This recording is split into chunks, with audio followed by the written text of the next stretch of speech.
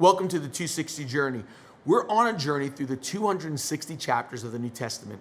We challenge you from the beginning of the year to read one New Testament chapter a day, Monday through Friday, and to take the weekends off. Since there are 261 weekdays in the year and 260 New Testament chapters, we can do this together. And then we added one other element. We would match the Facebook devotionals each morning to the chapter we are all reading. Today on the 260 Journey, we're in Acts 17, and we're going to see how crazy jealousy can become. I heard it said, jealousy is a civil war in the soul, where good judgment and imagination are at perpetual odds. Nothing stands safe in its way. People, interests, religion must yield to its fury. It violates contracts, dissolves society, breaks wedlocks, betrays friends and neighbors.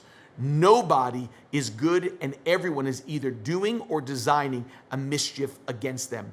It has a venom that bites. Paul has just finished preaching in Thessalonica, and he leaves to preach in Berea. And that kind of jealousy is about to be seen big time in this chapter. Listen to these verses, starting in verse 10. The brethren immediately sent Paul and Silas away by night to Berea. And when they arrived, they went into the synagogue of the Jews. Now they were more noble-minded than those in Thessalonica, for they received the word with great eagerness, but they examined the scriptures daily to see whether these things were so. Therefore, many of them believed, along with a number of prominent Greek women and men. When Paul finished in Thessalonica, he went to Berea.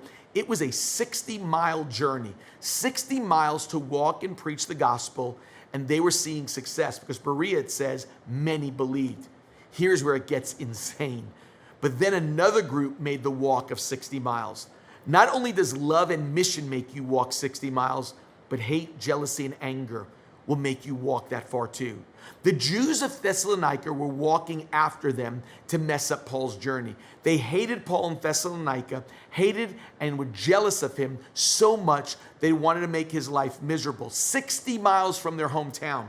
It's verse 13. When the Jews of Thessalonica found out that the word of God had been proclaimed by Paul in Berea, they also came there as well, agitating and stirring up the crowds. This all started in their hometown in the first couple verses 5 through 7. The Jews were becoming jealous and taking along some wicked men. They formed a group to the marketplace, formed a mob, and set the city in an uproar, attacking the house of Jason, because that's where Paul was, and they were seeking to bring them out to the people. When they did not find them, they began dragging out Jason and some brethren before the city authorities, shouting, "These men are upsetting the world, have come here also." So instead of letting it go and saying, at least they're out of our city of Thessalonica, their jealousy made them walk 60 miles. 60 miles. Think about it. It takes 45 minutes just to walk 3 miles. You do the math. That's 15 hours of walking that jealousy made them go. They couldn't let it go. They couldn't be happy that they were out of their own town. They had to go and wreak havoc in another city. That's the power of jealousy. There is a distinction between jealousy and envy. To envy is to want something which belongs to another person. Bible says you shall not covet your neighbor's house, his wife or his servant, his ox or his donkey, or anything that belongs to your neighbor. But in contrast, jealousy is the fear that something which we possess will be taken away by another person. Although jealousy can apply to our jobs, our possessions, our reputations, the word more often refers to anxiety which comes when we are afraid that the affections of a loved one might be lost to a rival. We fear that our mates, or even perhaps our children, will be lured away by some other person when compared to us, and it seems to be more attractive, capable. They seem to be more attractive, capable, and successful. What's jealousy? It really is a form of hatred built on insecurity and fear. What were these men afraid of? They're afraid of losing their influence to the gospel, and they projected it on Paul.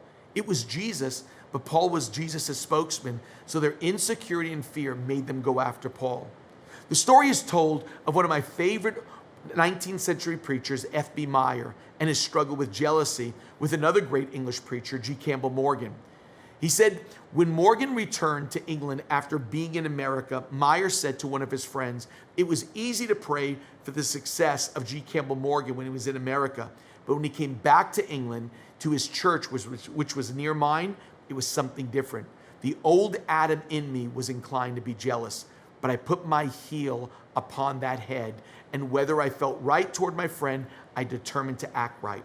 F.B. Meyer's jealousy is that insecurity that says, you are close, now I don't want you to do so good. But when you go to America, I want you to do good, but not when you're around the corner from me. My friend R.T. Kendall told me this one time: envy and jealousy make it easier to weep when those who weep, rather than the second part, rejoicing with those who rejoice. See, the second part reveals my heart. Rejoicing with those who rejoice is saying they got blessed, but I didn't get blessed. Can I be joyful when other people are blessed by God? That is a sure sign of jealousy being defeated. Those 60-mile walkers did not like all those people believing. Instead of rejoicing that lives are being changed, they saw it as Judaism was no longer the leading voice in their lives, but Jesus was. Let's make it a point today to rejoice with someone.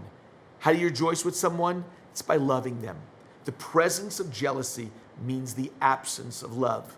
Let me read you a verse from 1 Corinthians 13, the love chapter, from the Passion Translation. Listen to verse 4. Love is large and incredibly patient. Love is gentle and consistently kind to all. Here it is. It refuses to be jealous when blessing comes to someone else. That's love, when you refuse to be jealous. Thanks for joining the 260 Journey.